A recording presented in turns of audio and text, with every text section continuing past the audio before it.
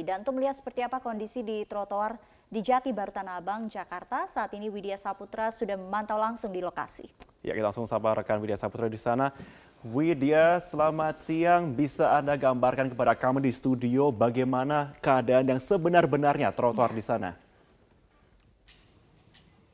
Sebenar-benarnya Marvin dan juga Sumi, jangan sampai tadi kata-kata Sumi hanya menjadi mimpi saja, miliaran rupiah sudah diinvestasikan, jangan sampai. Tapi inilah saya ingin memberikan gambaran kepada Anda pemirsa Newsline, saya sedang berada di ruas jalan. Jadi kan ruas jalan diperlebar, ruas jalan di sebelah kiri persis di sebelah stasiun Tanah Abang. Kalau di sini sangat enak, para pejalan kaki juga diberikan taman dan lain sebagainya untuk kenyamanan. Tapi coba kita akan lihat sedikit bergeser, ini adalah jalur yang digunakan untuk busway. Jadi jalurnya memang sangat dikondisikan sesuai dengan lebar dari kendaraan busway. Di sebelah sananya, tada, nah itu dia tuh jalan yang ditutup dan dipergunakan sebagai lahan untuk berjualan oleh para PKL. Dan kebijakan ini diterapkan sejak tahun 2017 lalu, tepatnya tanggal 22 Desember dari jam 8 pagi hingga jam 6 sore, jadi ditutup. Nah ini dia sedikit gambarannya. Tadi saya ke sini Sumi dan juga Marvin dan juga pemirsa, cukup hektik begitu, banyak sekali kendaraan yang berseliweran, belum lagi ada angkot-angkot yang ngetem, belum lagi jalur busway yang dibuka tutup. Ada sejumlah petugas dari Dishub yang memang harus selalu siaga begitu untuk mengatur lalu lintas. Tapi yang menjadi penasaran saya, tadi saya sedikit berbincang dengan para penjual yang ada di stasiun Jati Baru ini atau di Jalan Jati Baru. Mereka mengatakan katanya penjualannya malah menjadi menurun dan juga minim, sepi pembeli. Tapi coba kita dengarkan ya sama-sama apa sebetulnya keluhan dari para pedagang di kawasan Jati Baru pasca Jalan Jati Baru ditutup. Berikut ini. Kawasan atau jalanan Jati Baru di Tanah Abang menuai pro dan kontra karena memang jalan dan trotoar ini yang tadinya ditujukan untuk kendaraan dan juga pejalan kaki sekarang dimanfaatkan oleh para pedagang Tanah Abang untuk menjual barang dagangannya. Pemprov DKI berencana akan mengevaluasi kembali apakah keputusan yang sudah dibuat sejak bulan Desember ini akan tetap diteruskan ataukah memang ada relokasi selanjutnya. Namun bagaimana dengan nasib para pedagang yang merasa sudah mendapatkan banyak keuntungan ketika berjualan di sini? Sudah bersama saya Ibu Acit. Kita tanya-tanya dulu ke Ibu Acit. Ibu Acit, ini sudah berapa lama Bu? Maksudnya berdagang di jalanan Jati Baru? Kalau saya baru mulai Desember kemarin Desember pas pembukaan ada tenda ini. Keuntungannya berapa sih Bu kalau Ibu jualan sehari-hari di sini? Kayak persentasenya gitu? Ya minimal lah satu hari bisa kita 300.000. Tapi Ibu sebelumnya memang dagang di Tanah Abang atau di rumah? Saya dagang di rumah. Jadi saya dapat apa ya? Dapat inian dari RT, tenda jatah RT saya. Kalau emang direlokasi tempatnya tempatnya dulu memadai, terjangkau sama pembeli itu sama pengunjung, ya kita sih oke-oke aja. Oke, baik, makasih Bu Acit waktunya. Nah, pedagang selanjutnya juga menjual jenis yang sama, menjual pakaian dan berada di Jalan Jati Baru tempat saya berjalan ini. Kita masuk dari sini. Nah ini kita udah sama Pak Anata yang lagi duduk-duduk di sini. Selamat siang Pak Anata. Iya, siang. Pak, ini Bapak udah berapa lama Pak? Dari Desember juga ya? Iya, sama. Nah ini Bapak sebelumnya memang pernah jualan di Tanah Abang atau ini baru? saya nganggur, ini nganggur. Nganggur, iya. Jadi ini baru pertama kali? Iya, pertama di sini. Nah ini Pak kalau bisa saya tanya ya, keuntungannya sehari-hari gitu dari bulan Desember itu sehari bisa dapat berapa sih? Ya kalau ini sih, ini ringan mah. Bulan begini kan nggak laku, kurang laku.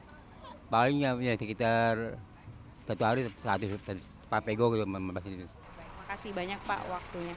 Dan ini memang menjadi satu fenomena sendiri di mana para pedagang yang ada di sini merasa sudah nyaman berjualan karena diberikan akses untuk berdagang di Jalan Jati Baru ini. Tapi di sisi lain ini merupakan jalanan yang biasa dilewati oleh kendaraan dan juga trotoar yang biasa dilewati oleh para pejalan kaki. Bagaimana Pemprov kemudian menyelesaikan masalah ini sehingga bisa memfasilitasi semua pihak. Kalau memang direlokasi kemana? Karena ini juga menjadi pertanyaan dari para pedagang yang sudah diberikan harapan untuk berjualan di kawasan Jati Baru, Tanah Abang.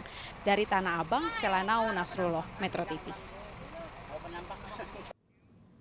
Ya, kembali lagi di Newsline pemirsa, bagian yang baru bergabung di Newsline Metro TV. Saat ini saya sedang berada di kawasan Jalan Jati Baru yang ditutup pertanggal 22 Desember dari jam 8 hingga jam 6 sore. Katanya kebijakan oleh Pemprov DKI Jakarta ini hanya berlaku sementara, namun sementaranya belum bisa dipastikan sampai kapan karena masih ada konsep-konsep selanjutnya yang akan dibangun oleh Pemprov DKI Jakarta untuk bisa memperbaiki kondisi terutama dalam hal ini trotoar dan membuat pejalan kaki menjadi lebih nyaman. Untuk membahasnya lebih lanjut ada Bang Alfred Sitorus yang sudah hadir di sini.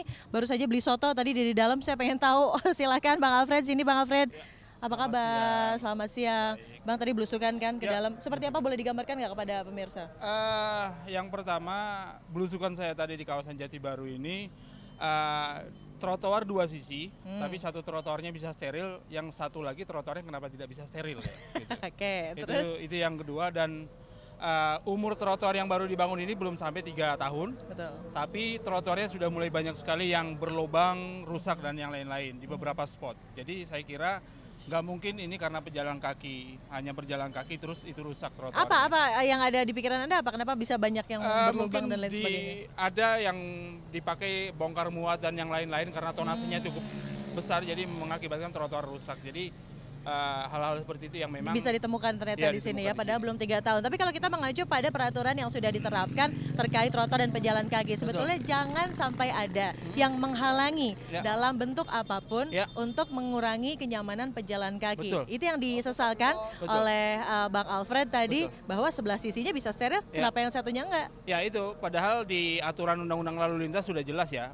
trotoar itu peruntukannya untuk pejalan kaki. Bahkan Perda Ketertiban Umumnya Pemprov DKI Jakarta juga menyebutkan barang siapa ya, baik itu dia berupa badan usaha itu dilarang ya mengalihfungsikan fungsi badan jalan ataupun fungsi pelengkap jalan, yaitu berupa trotoar, halte, JPO, zebra cross, dan itu bisa kena denda bahkan sampai pidana gitu loh. Sudah ada belum informasi, kan katanya ini hanya wacana sementara, diberlakukan sementara, kalau kita hitung berarti dari tanggal 22 Desember sampai hari ini kurang lebih 3 bulan. 3 bulan ini apa sebetulnya yang Anda lihat dan solusinya untuk merelokasi para pedagang yang ideal seperti apa, Bang? Ya silakan saja, kalau pedagang kaki lima memang kan diatur mereka harus masuk ke dalam ruang-ruang yang memang diperuntukkan untuk pedagang kaki lima yang tidak melanggar aturan ya.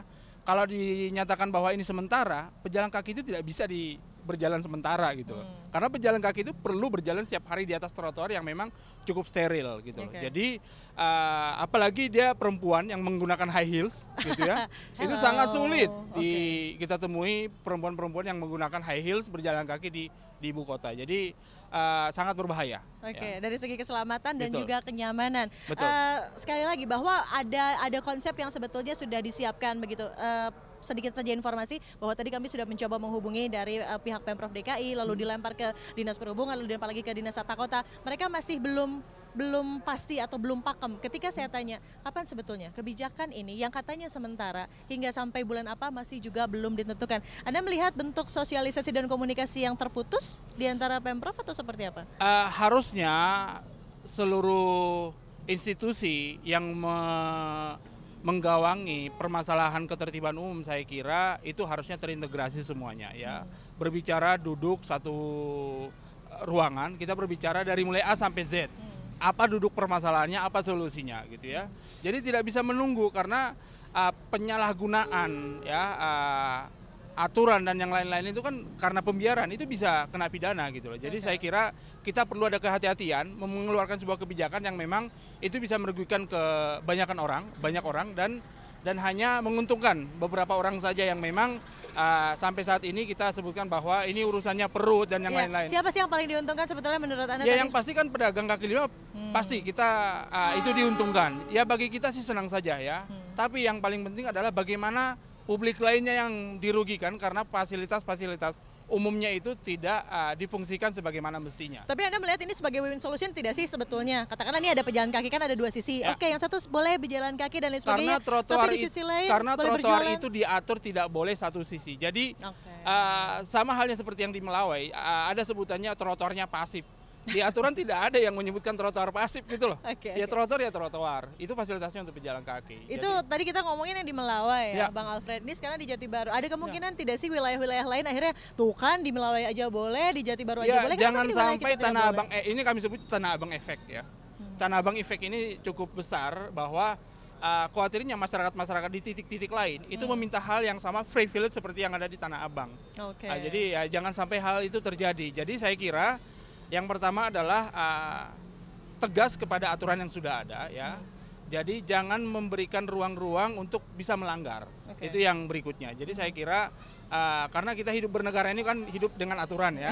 Dan juga berdampingan. Ya betul. Nah, kalau kita lihat ya sekali lagi kita perlihatkan ya pemirsa, ini keriuhan yang terjadi ketika satu sisi jalan dipakai untuk busway. Ya. Lalu semua orang harus berhati-hati menepi, Betul. sementara itu ada juga Ya, kemacetan yang betul. terjadi, ada proses transaksi Ya. yang sedang dilakukan di mana Ya. ada pedagang kaki lima di sana. Betul. Tapi sebentar, ini saya mendapatkan instruksi untuk menanyakan kepada Marvin dan juga Sumi yang juga penasaran apa sebetulnya yang terjadi di Tanah Abang. Silakan Marvin dan juga Sumi ingin bertanya apa sama Bang Alfred.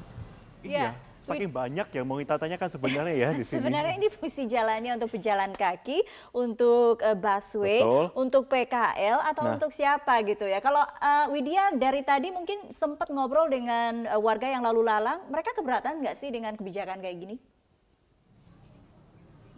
Mereka sebetulnya sedikit menyayangkan Sumi begitu ya, tapi banyak juga yang mengatakan bahwa aduh kenapa sih tidak bisa diperlebar saja, kenapa tidak dimaksimalkan dengan fasilitas-fasilitas yang seharusnya memang ditujukan pada dasarnya untuk para pejalan kaki. Cuman kita sama-sama saksikan yuk curahan hati dari para pengguna jalan trotoar berikut ini. Ya sebaiknya pemerintah lebih tegas aja sih soal itu. Soalnya kan emang trotoar khususnya emang buat pejalan kaki kan, bukan buat pedagang atau bukan buat parkir motor dan mobil. Kalau misalnya dipakai trotoar dipakai buat dagang ataupun dipakai buat parkir, pasti kan kita juga sebagai pejalan kaki ngerasa terganggu kan. Ya sebaiknya sih dari pemerintah atau enggak dari petugas keamanan setempat ya di sub ya, lebih tegas aja sih setiap harinya buat kontrol. Kan kalau misalnya ada di sub pasti kan yang pedagang kaki lima, pasti kan mereka pada nggak berani kan, kayak gitu sih. Ya harusnya dikembalikan ke asalnya, karena trotoar itu kan itu haknya pejalan kaki gitu. Kalau dijadikan tempat pedagang atau parkir, terus pejalan kaki di mana? Nggak mungkin tengah jalan juga dong gitu.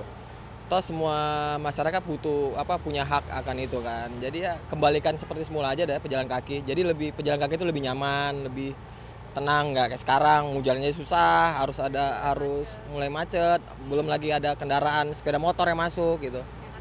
Iya gitu. Kalau bisa dia kembalikan seperti semula aja lah. Ya kalau menurut saya itu kan trotoar ya.